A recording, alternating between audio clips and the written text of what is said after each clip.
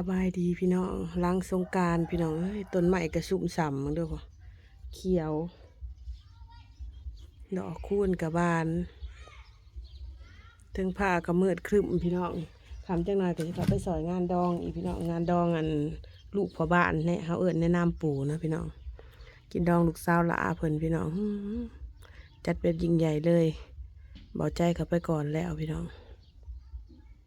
เลือดแต่เฮาพี่น้องพอยายพามกับเขาคือกันมีแต่งานพี่น้องตกมาเดือนนี่สบายดีเลยพี่น้องสบายดีอีกรอบพี่น้องสบายดีFCทุกคนเนาะยินดีต้อนรับกับสู่ซองเงิงนะพี่น้องฮ้อนพี่น้องเลยสบายดีเบิดสุขุสุคนพ่อแม่พี่น้องFCทุกฐานเนาะพี่น้องเนาะสาวสุยกสิมาบอกให้ฟังเนาะพี่น้องเรื่องอ้ายกับมันเมียเพิ่นเนาะพี่น้องหรือว่าเรื่องลูกชายยายเงิงกับมันลูกไผ่มียายเงิงเนาะพี่น้องหลายคนก็สิบ่เข้าใจแล้วก็งงเนาะพี่น้องหลายคนก็สิว่าอยู่กันมาเถาปานนี้เป็นยังต้องมาแต่งเนาะพี่น้องเนาะที่แรกนะบ่ได้ว่าสีแบบว่าบ่ได้ว่าสิเลยเถิดปานนี้พี่น้องก็หมายถึงว่าเลยเถิดนะอันที่เฮาว่ามีเงินสิจัดงานแต่งให้เลยนะพี่น้อง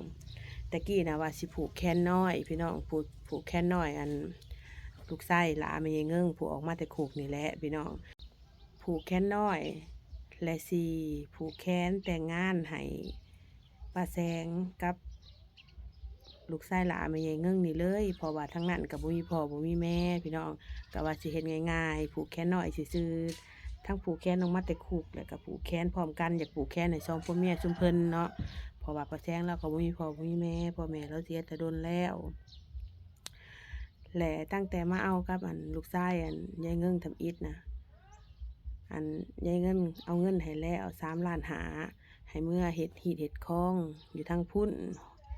ว่าเมื่อซื้อหมูซื้อยังให้ทั้งระบาวทั้งยังเพิ่นอะไรกินเนาะพี่น้องเนาะตอนนั้นเหลื่อมตา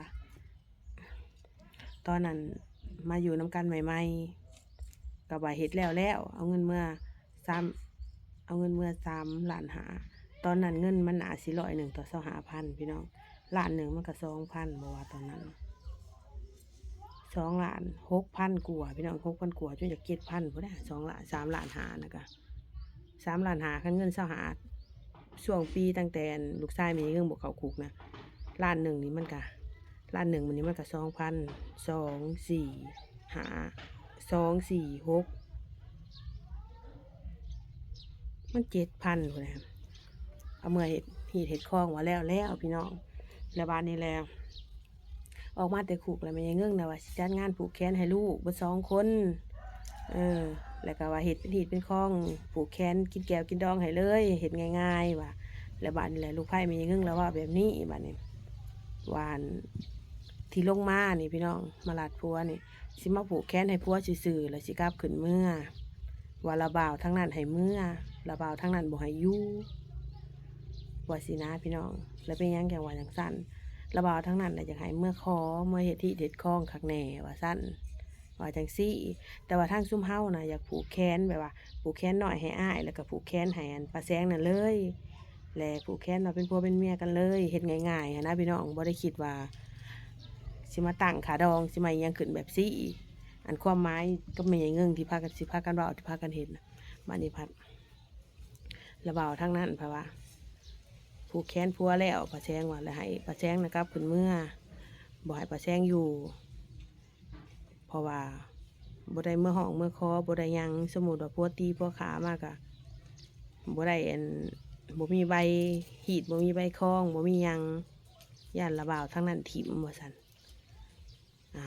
ตัวนี้เป็นจังซี่เนาะพี่น้องแล้วจังว่าแล้วก็ถามว่าจะเอาจังใดแล้วป้าแซงกันจะวันโทรว่าเอากันระบาวอันนี้พี่น้องระบาวลูกไผ่ไม่เงื่งนะแล้วให้เมื่อคอขักแหน่บาดนี้นะพี่น้องให้เมื่อคอขักแหน่ให้มีหิดมีคล้องขักแหน่บาดนี้นะที่จริงทางซุ่มเฮานะบ่ได้ว่าอันนั้นของว่าเห็ดแล้วเนาะหิดคล้องกับป้าแซงเอาเงินเมื่อแล้วตอนนั้นก็ดิพอว่าบ่ได้เอาเมื่อนี่เมื่อจำพีสื่อตอนนั้น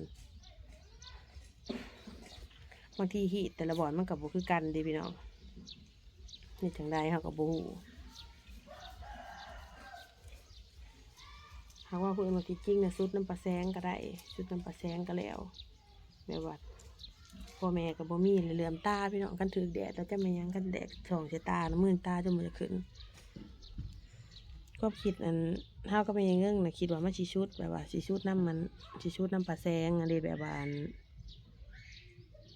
เพราะว่าพ่อแม่ก็บ่มีแล้วหั้นนะทั้งนั้นก็บ่ได้มีเฮือนมีซ่านนะเด้บ่มีบ่อนอยู่บ่มีอีหยังหั้นนะบ่อนอยู่อาศัยก็บ่มีไผไหม้ไผเผาเบิดแหละแต่คิดว่าสิพากันเฮ็ดง่ายๆให้ปลาแซงน่ะอยู่นี้สิผูกแขนให้ง่ายๆแบบเฮ็ดผูกแขนน้อยนะพี่น้องแล้วให้อยู่น้ำกันหักแพงกันเห็นนะแต่มันบ่แม่นบาดนี้พี่น้องมันเปลี่ยนใหม่บาดนี้มันละบ่ง่ายคืออย่างที่คิดไว้ว่าสิผูกแขนแล้วปลาแซงเราบ่ผูกบาดนี้เราบ่ผูกว่าสิผูกแขนแต่งงานนะลูกชายมันยังงึ่งขึ้นมาบอกคำว่านนี้ว่าคันผูกแขนแล้วให้ว่าผูกแขนเขาออกมาแต่ขุกผู้เดียวว่าซั่นบ่ให้ว่าผูกแขนนั้นผูกแขนกินแก้วกินดอง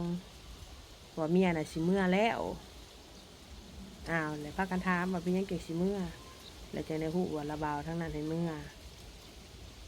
ว่ามาอยู่กับบ่มีหินมีข้องอีหยังประมาณนี้ล่ะพี่น้องมันละบ่ง่ายคืออย่างที่เฮากับมันมีเรื่องว่าเอากันว่าสิเฮ็ดผูกแขนหน่อยให้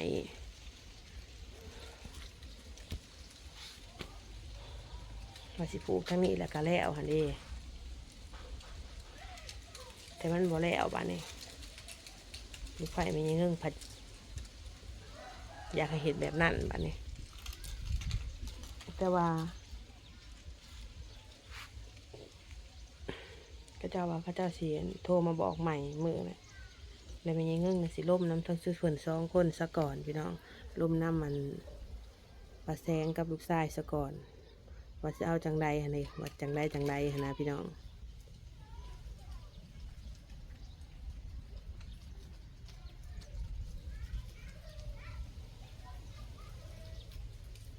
แต่ลูกชายยายเงื่งเราจังใดก็ได้เราพี่น้องเห็นบอกเราในคลิปเมื่อคืนนี่คลิปกินข้าวเมื่อก็เมื่อแล้วเปล่าวะ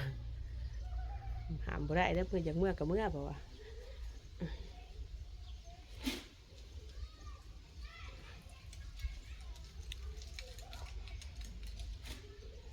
อันนี้คือเบ้าให้พี่น้องFCพังเนาะว่าเรื่องปลาแซงเราก็ดีอยู่ถาพัวจนตลอด7 ปีเนาะ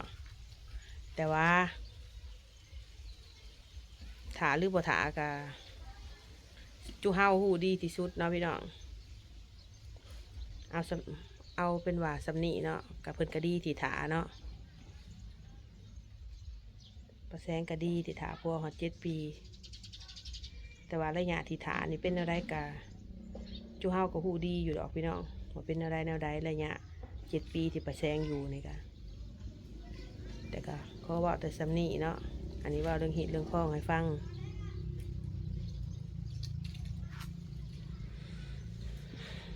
สำนีแหละพี่น้องเมื่อสำนีแหละที่เฮาจะก็ให้พังเนาะพ่อแม่พี่น้องFCจังสิได้เข้าใจนะพี่น้องบางคนก็สิว่าสิตกสิแต่งอีหยังเฒ่าแล้วนะเฮากับจุ่มเฮากับบ่ได้คิดว่ามันสิแบบว่าสิมาจนตั้งขาดองปานนี้แล้วก็บ้านนี้ฮีดเขาจะเอาไปบ่ได้คือบ้านจุ่มเฮาบัดนี้ที่ได้ยินแต่เมื่อคืนเนี่ยนะได้ยินแต่ว่าระบาวเพิ่นเอิ้นค่ำ1 บาทแต่ว่าขาดองนะยังบ่ทันว่าเอากันขาดพี่น้องมีแต่ว่าค่ำ1 บาทแล้วก็กับเงินเฉพาะเงินใครความปากนะแพงทางเขาเจ้านะแพงพี่น้องรวมแล้วนะตกอยู่3 ล้านกว่าพี่น้องทางบ้านเฮายังมีแค่2 ล้านเฉยๆเงินใครคำปากเงินผู้เฒ่าผู้แก่นะพี่น้องเงินนายบ้านทั้งนั้นนะว่าง่ายๆก็ดิเงินที่ไปโปงเลยนายบ้านพวกเจ้าโคตรพวกยังเขาแบ่งกันนะตกอยู่3 ล้านกว่าพี่น้องทางซุ่มเฮาบ่ได้แพงปานนั้นบัดนี้พันมีหมูมียังอีกอันนี้ฮะกะหูแต่ค่ำ1 บาทแต่ว่าขาดองนะยังบ่หูพี่น้องยังบ่ทันถามกันคักฮะก็ได้ว่าเอาแต่ว่าค่ำมีค่ำ1 บาทแล้วก็พัดมือแต่งมือแป้งคักแหน่ว่าซั่นตอนนี้ มีเงิ่งก็ยังสตันอยู่ยังบ่ทันว่าจังไดยังบ่ทันเดินเหลืองพี่น้องยังแบบว่ายังอยู่ซื่อๆอยู่หั่นเด้พี่น้องยังบ่ทันเดินปานใดแบบนี้ยังสิถามทั้งสองฝ่ายอีกอยู่พี่น้องฝ่ายลูกชายกับฝ่ายลูกไผ่นั่นแหละสิว่าจังได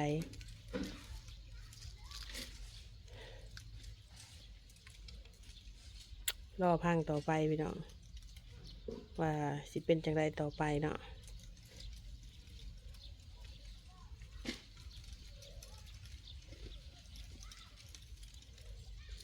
ก็สิว่าสั้นนะเพราะว่ายายเงิงกับพ่อยายภาพนะคิดว่าแล้วอัน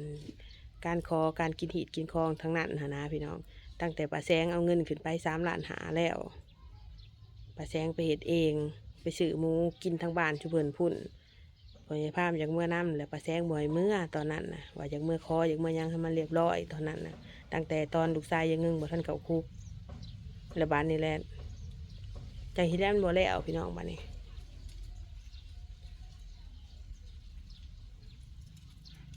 มันมีแล้ว